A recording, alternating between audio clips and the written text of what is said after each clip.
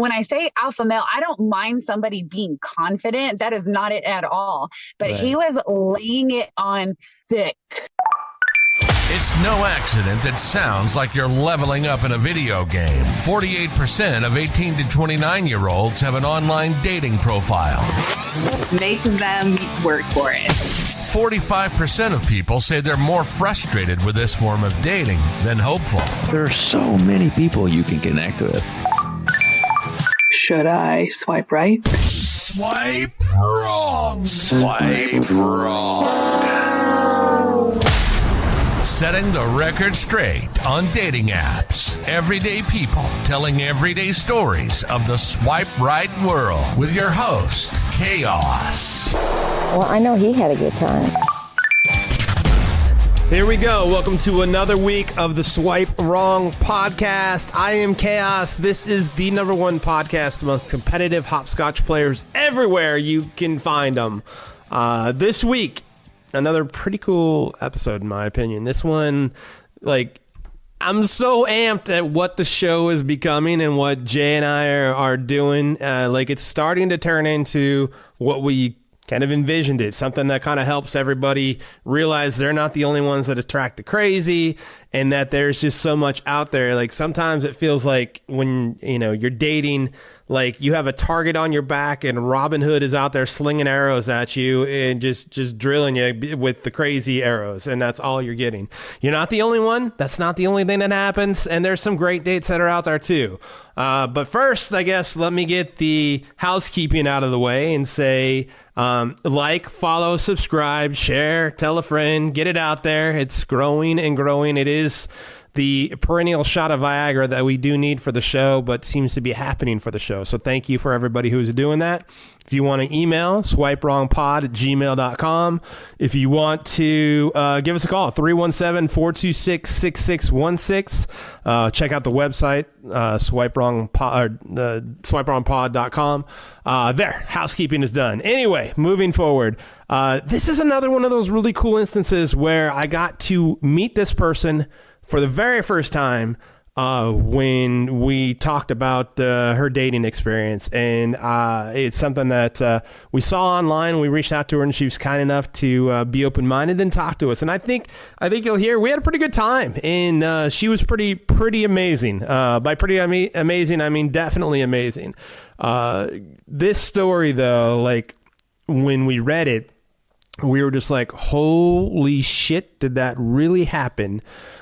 So let's just kind of keep moving it forward. Less of me, more of the other people is always a good thing. So let's just sit back, relax, enjoy, put your feet up, grab some popcorn, get it buttered if you want to, throw some salt on there. If you're in traffic, for the love of everything that is everything, don't hit that person next to you. We want you to be safe and enjoy airing some dirty laundry. Did I forget to mention we do have a word from our crack staff legal department? Here they are. Disclaimer. The views and opinions expressed in this program are those of the speaker and do not necessarily reflect the views or opinions or any entities they represent. This podcast is about dating experiences. It is not to say one dating app is better or worse than another. So, how long have you been on the apps?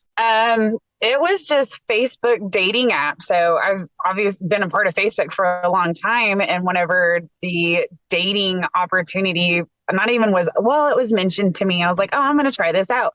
I've been on it since I've been divorced, and that was 2 years ago. Okay. And so if you're interested in a whole other story, I'm interested in your story, all your stories and your story. Absolutely. Whatever you want to tell, be like, this one time at band camp, I'm in. Let's do it. I was fresh out of divorce. I get on Facebook dating. One guy pops up. I'm like, oh, he's handsome. We hit it off. He's very charismatic. This has nothing to do with why you even contacted me, but let me just lay the foundation for why this is not for me. So we hit it off. He's like an hour away from me. We meet up. We do dinner.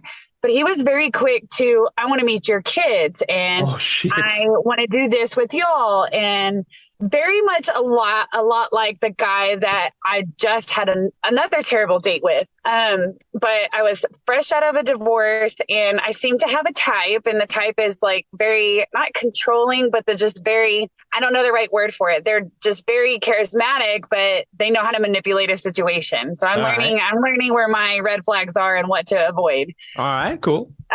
So I did meet up with him. I let him take me and my kids to a movie, and this was after 2 months of talking.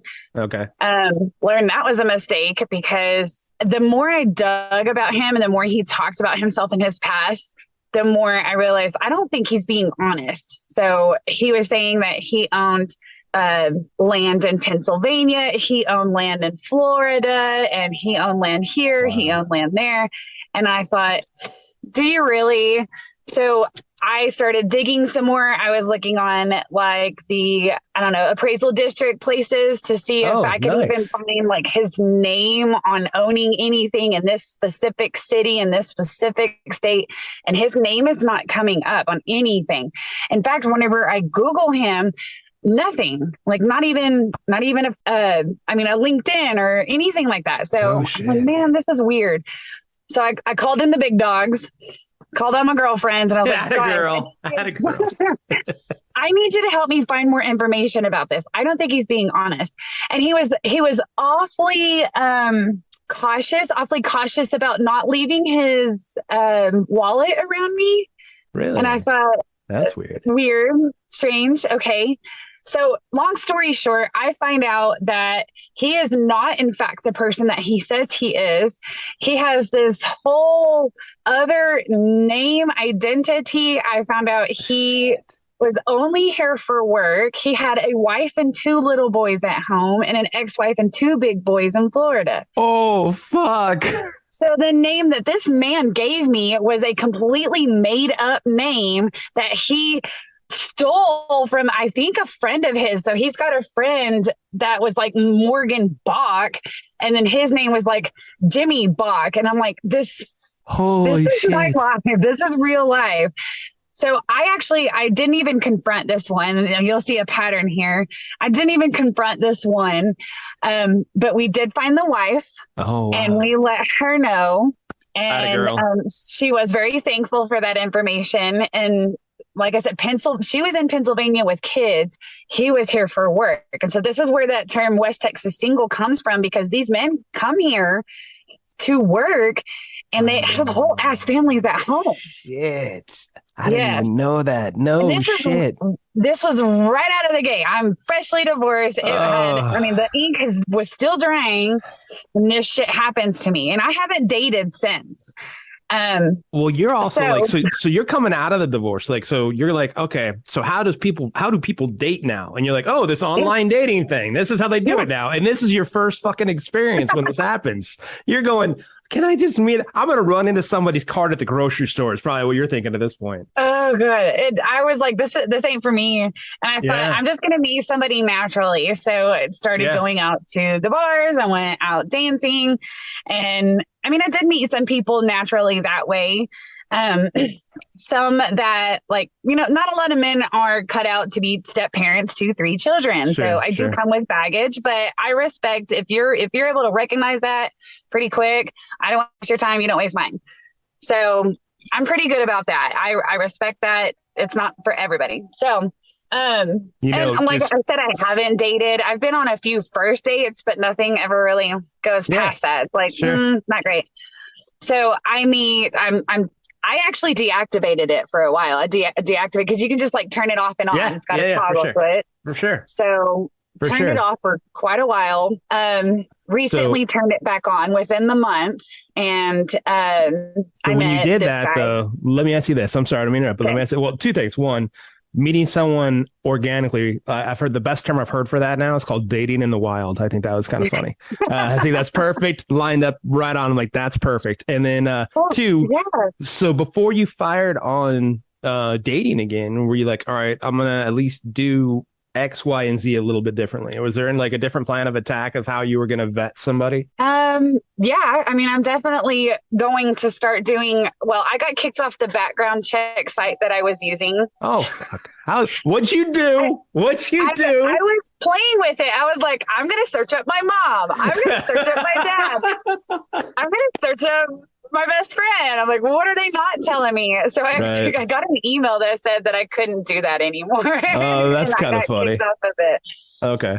So, but I do try to do like extensive Google searching, and I know there's only so much that you can get off of Google. If you have any new background places that I can look what for, did you use? What did you use? I think it was called Info Tracer or something similar. Okay. I have a friend who has a pretty detailed one, and I will reach out to that person and I'll IM it to you. Okay. All right. Fair enough. Now, great. I don't know if you can check on your dog and your neighbor or anything like that and not get kicked off. So I don't know the rules, but I'll find that out and get that to you for sure. I was like, how accurate is this? I Googled I searced my ex. That one was pretty accurate. I searched myself. Yeah. What's on my background? Well, I mean, that's cool. Like, you gotta test to see, like, all right, so does this site work? Like, I totally get that. And like, I'm the biggest proponent. Like when people ask me, out of the people I talk to, what's the number one advice I would get? Background check everybody. I mean, you're not going to know if they're fucking crazy or not, but you're at least going to have more information about the type of person they are. And it was active whenever I was dating that guy. It was active, and I used it, and I was like, nothing. I get nothing. I'm asking right now. And I think he was forthcoming. He said he had a DUI or something on his from a long time ago. And I was like, let's find out. Yeah. And if you like tell a guy, and this is my opinion, like if you tell a guy, hey, by the way, background checked you, and if they trip out, they need to peace. Take care of yourself, buddy. Because like I fully would expect it. Like, sure, absolutely. Look into me. Here you go. Check me out. I think that's the safest way to go. 100% agree. And some of them will be forthcoming about some information, but then they'll omit like bigger things. Mm-hmm. Yeah. So what have you ran into? Like, I know the crazy date, and that's why we connected, but was there any dates before the madness ensued? Like where you're like, and I know you had a couple of first dates, but there's a couple like, hey, this is not the vibe check I was looking for, or this guy's pretty cool, or you found some things like, I'd like to date a guy like this, but he didn't quite do it for me. Yeah. I mean, a little bit of everything. I've had some that, conversation was very dull, very dry, and I didn't really pursue.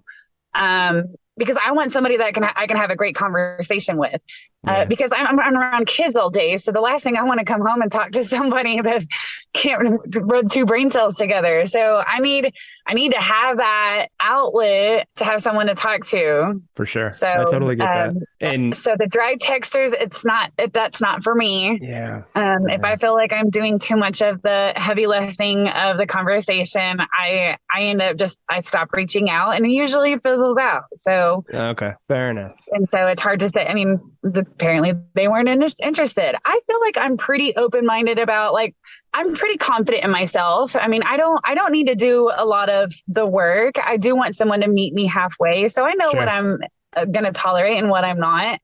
I keep getting sent these goofballs that have these weird, weird fantasies. I don't know. Please, you do tell. Like when you're like going, what the fuck is this, bro? On one of those weird fantasies, did I assume somebody shared?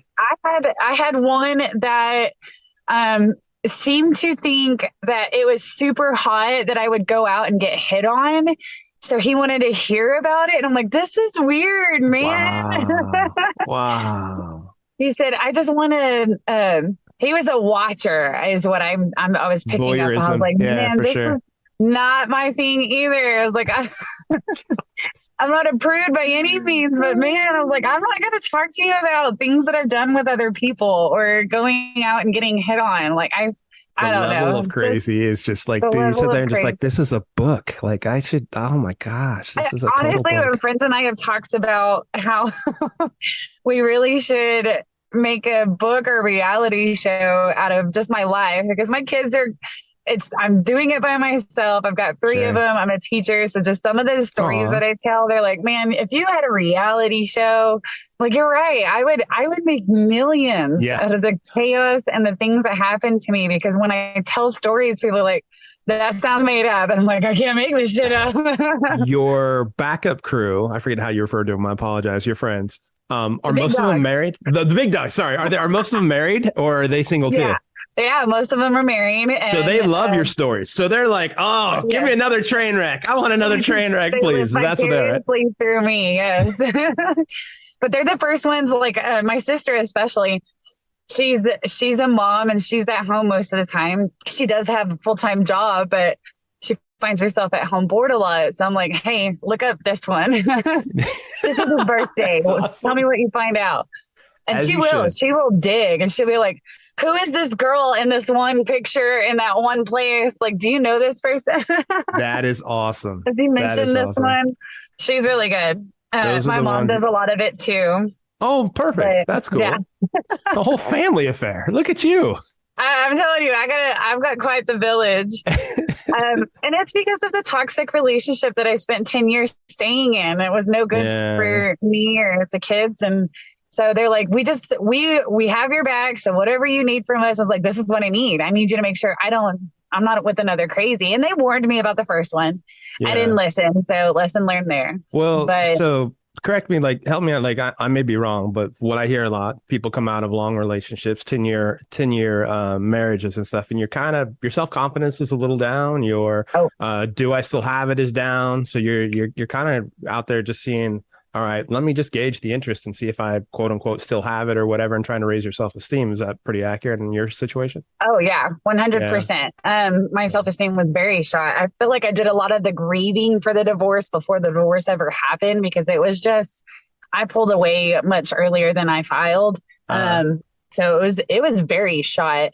And so between dating that guy and then, going out to the bars, and it's very flattering, and it helped build the self-confidence, and It probably wasn't the best place to be doing it. Sure. Because I'm sure some of the guys had genuine motives and others probably not so genuine, but it was just getting the attention definitely brought it back up. And then over time, it was a lot about, hey, look at me, I'm doing it by myself. So that was another big one. Good. Because the ex made a decent amount of money and I didn't. So he said a lot of mean things about, you can't do it without me. So not only, I mean, I've done therapy. I've done therapy, and I'm not ashamed to say it has helped me tremendously work through. I'm not the problem. No, that's what it's there for. That's exactly what it's there for too. And he would beat me down, and he knew exactly where to hit. Oh, girl. I'm sorry. I'm so happy you're out of that, though. I mean, me too. You go from one level of that you can't match that, but now you're into a new level of holy shit, what's out in the world now? Like, what the fuck is happening? It is madness. I don't know, but your self-confidence seems like it's way up, though, huh? It's definitely, absolutely. Yeah, and so that took time, and it took work, and it wasn't easy. I mean, I'm not gonna sit here and tell you I went to bed every night confident that I knew what I was doing, and that I wasn't going to be alone forever. And that's awesome. Myself out of, you're not desperate. You don't need somebody. You want somebody. And the more confident I am about my own life, the more it radiates. And I seem to attract more people doing that. Isn't that crazy how that happens?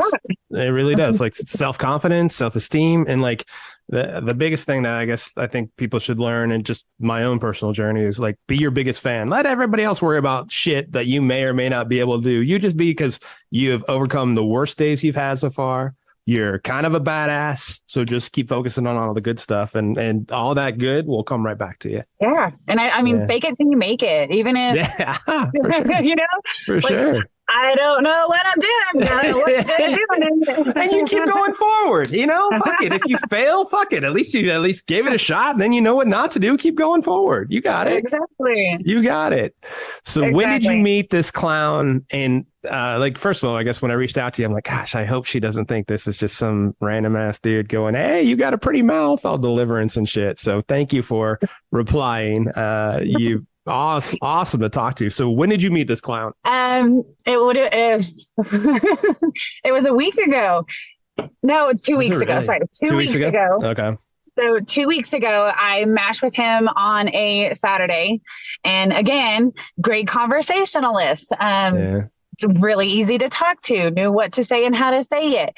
I didn't catch any red flags in the conversation. He didn't have any of that alpha male tendencies whenever we were talking there. So I agreed to this date, and it was great. Like I said, great conversation. Good morning, Sure. Good night, all day long. And so Wednesday I get some flowers at work because I had said, I teach out here. And so didn't see any red flags there, but my trauma response was, I'm being love bombed. No, I'm being love bombed. And it was the big dogs that they were like, okay, that's your trauma speaking. This could be a romantic gesture. He could be old fashioned. And I'm like, okay. So going into Friday, I was very cautiously optimistic. I thought, okay, we'll see if he's really crazy, if he really was love bombing me, or if he is just a genuine person who knows how to treat a lady. And I was like, I would eat that up. So we did dinner first. And again, no red flags at dinner. And it wasn't until I agreed to go to drinks afterwards that the crazy came out. He was, and when I say alpha male, I don't mind somebody being confident. That is not it at all. But he was laying it on thick. Like how so? Like what was he saying?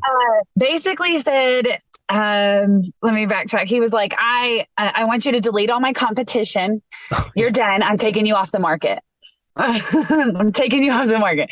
Then he said, oh, you drive a Buick. I'm going to fix that. I'm going to fix that for you. What do you want? You live in an apartment. Oh, honey, we got to get you something bigger. You deserve a yard. You deserve a yard. I'm like, I know I deserve a yard. Like, that don't need you buying it for me on date one. Oh, we're going to have joint bank accounts. You just give me an allowance. You just give me an allowance and the rest is yours. And I'm like, oh my God, he's absolutely insane. He wants an allowance. Thanks, Mom. The kicker, though, okay, so oil field guys tend to have wonky schedules. I mean, it might be 2 weeks on, 2 weeks off. Okay. 2 weeks on, 1 week off. They might have 2 weeks of day shift and they'll have a week off, 2 weeks of night shift. So this one in particular was the last one, was the latter. He does 2 weeks of day shift. He would have a week off and 2 weeks of night shift. And he made the comment that he was staying in a room. And so I asked him, I brought that about that dinner. I said, you're saying you're in a room, which would explain why I didn't find any information on him here. Yeah. You're staying in a room, so you're not here permanently. And he was like, he said, I'm in a hotel. I'm staying there until I get an apartment that opens up. And so I thought more about that. And I'm like, I have enough friends to know that, I mean, we're not in a boom. We're not hurting for apartments. There are apartments open. I don't think you're looking, which I didn't tell him that outright, but I was like, I'm pretty sure there's plenty available. Where are you looking? And he was like, well, I've looked at a couple places. I was like, okay. So basically you're not looking hard enough. But I know also that they don't always keep the guys in the hotel unless they're on call or currently working. Okay. So I said, where do you stay when you're on your weeks off? He said, I go home. And I said, where is home? At this point, I knew that most of his family was in Arkansas. So I was expecting Arkansas. Sure. He said, to Alabama. I was like, what's in Alabama? And he said, well, my ex-wife took me there. And I said, so where do you stay when you go to Alabama? And he said, he stays in the house that he rents. And I said, who's in the rent house? And he goes, oh, my ex-wife is in the rent house. And I said, are you even divorced? And he was like, well, the papers have been signed, the papers have been filed, but they haven't been signed yet. And I said, so you're not divorced? And I said, I am officially the other woman. Thank you for letting me know. And I did don't mean to laugh. I'm sorry, but I love that comment. And I was in shock at this point.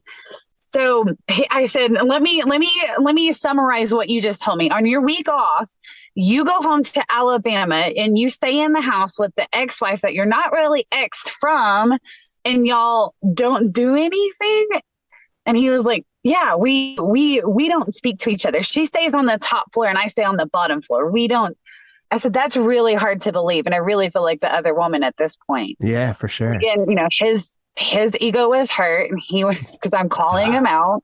Right. And so he laid it on a little bit thicker about how, you would be the only one. I'm going to put you on a pedestal. You would be my queen. Oh my goodness. That's probably I said, she's probably sitting at home wondering where you're at, what you're doing, and who you're with. Yeah, for sure. And he goes, no. She's moved on. So that's hard to believe. So I did stay for a little bit longer, but it really kind of fizzled out at that point. Yeah. And I was like, I think I need to go home. So he walks me to the car. And this is when the weirdest thing I've ever happened. We're parked near each other, and I give him a hug and I said, you have a good night. And he goes, hey, can you do me a favor? And I was like, depends. This is first date, remember? And he goes, oh, if you don't mind. He opened his truck door and he grabbed out the laundry bag and he hands it to me. And he goes, if it's not a big deal, will you wash these for me? And I know I'm holding this bag and I know I made this face. I was like, are you serious? Oh my God. What the fuck? I shit you not. I know I didn't tell this man no or yes. I didn't even speak. Are you serious? He opened my car door and he set it in there and he closed it. He was like, yeah, if you don't mind. Oh my God. Oh my, he didn't even go in for a kiss. He just said, here's my laundry. That's pretty much right. That's how it went. He walked away. Oh my God. And walked away. Yeah. He was like, I'll text you tomorrow. And I'm like, okay.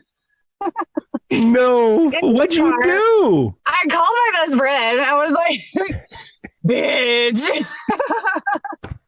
This man just handed me his laundry. She goes, no, he didn't. I said, I have his dirty chonies in my back seat. What do I do? And that had to be premeditated. Someone go get them. And I'm like, I don't want to see him. Right. And that had to be like, he had to be like it ended up in his car at some point, and he's had like some sort of preconceived notion to like, I know what I'll do. I'll just have her like, what the fuck? Was this premeditated? I mean, at some point, but God, that's a good, I kind of think it was. Now, granted, they may have been in there and he may have come out to the car and he may have had the idea. Where do you go from sending flowers to somebody you're trying to court to, hey, here's my fucking laundry? He made the comment, I take care of you, you take care of me. Oh my God. That's what it goes back to. I give you flowers. I'm going to buy you things, but in return, I need you to be my slave. And I'm like, no. Oh, yeah. Here's my line. Like the most chauvinistic thing you could possibly do. Like that is so ridiculous. I kept his laundry for majority of the Saturday. I drove around with it in my backseat for far too long. Yeah. Because, Big Dog said, we need to put onion powder in it. We're going to get it wet. We're going to put onion powder in this chicken. We're going to put cayenne pepper in his crotch. And I'm like, ooh, that's good. That's good. That's good. Someone said icy hot. And when he gets sweaty, I said it'll burn. I was like, okay. I was like, but I mean, guys, he's scary. You really could have done so much. So what did you end up doing? I dropped it off at a laundromat. Did you really? I did. And just texted him where it was at or something? Yeah. I said, hey, it's at such and such laundromat in Midland. I was far too nice. And that's a blessing and a curse. I was far too nice. But I was a little petty. I told him it's at such and such laundromat. There's 4 of them. Oh, no shit. That's cool. That's pretty cool. No, that's not petty. I think that's great. There you go. And then I blocked him. So I'm not going to tell you which one it's at. You might have to find it. There you go. I think that's fucking great. Oh my God. So you talk about like the guys on the apps. Like I think there's three things that go into, you know, just the male ego, keyboard courage, and anonymity. And when those three are involved, guys are it can be a fucking train wreck. Like they're just like, and then like, so he was like flowers, and then he did this. Like, so did you think like I'm not dating ever again? I mean, where'd you go from here? I let it simmer a little bit. I do have somebody that reached out I have somebody that I have been Facebook friends with a long time. And it was one of those things that if you were good looking and I did a little bit of Facebook scrolling and liked what I saw, I would approve friend requests. But up until that point, it wasn't, I'm not going to be friends with anybody on Facebook unless I know them personally. Right. And so I kind of went a little lenient on that personal role. And so I've met some people doing that. And then there's some that I became friends with. No, still never had a conversation with, but we have each other on Facebook. So anyways, this one, he reached out to me yesterday. And so I was like, I'm still a little weary, but I've seen enough of his Facebook and his stories and to kind of have a feel about like what kind of person he is on social media. But there's still always, I mean, even after a first date or a second date, there's still that first date phase. So it's nervousness, the not wanting to mess up, trying to impress. Yep. Absolutely. So, hopefully not bringing his laundry, you know, things like that. God, someone else. I'm going to react 100% differently. It's just not one of those things that you mentally prepare yourself for. Like if he, you know, as a woman, we prepare for different kinds of scenarios. Sure. What would I do in this situation? At no point did it cross my mind I would receive a bag of laundry. I don't know how you could. Like, you're like, okay, is he going to try to kiss me? If he does, I'll do this. Is he going to come in a little bit stronger? I mean, what's he going to do? But there's no way, hey, here's this bag. Can you take it? No. For your next date, I will send, like, I got a response. So I will send you the other background sites that I know that are out there. So, you know, take a look and or, you know, check whatever you want. So I'll have those to you shortly after we're done here. So I promise I'll get those. So that way, and my pleasure.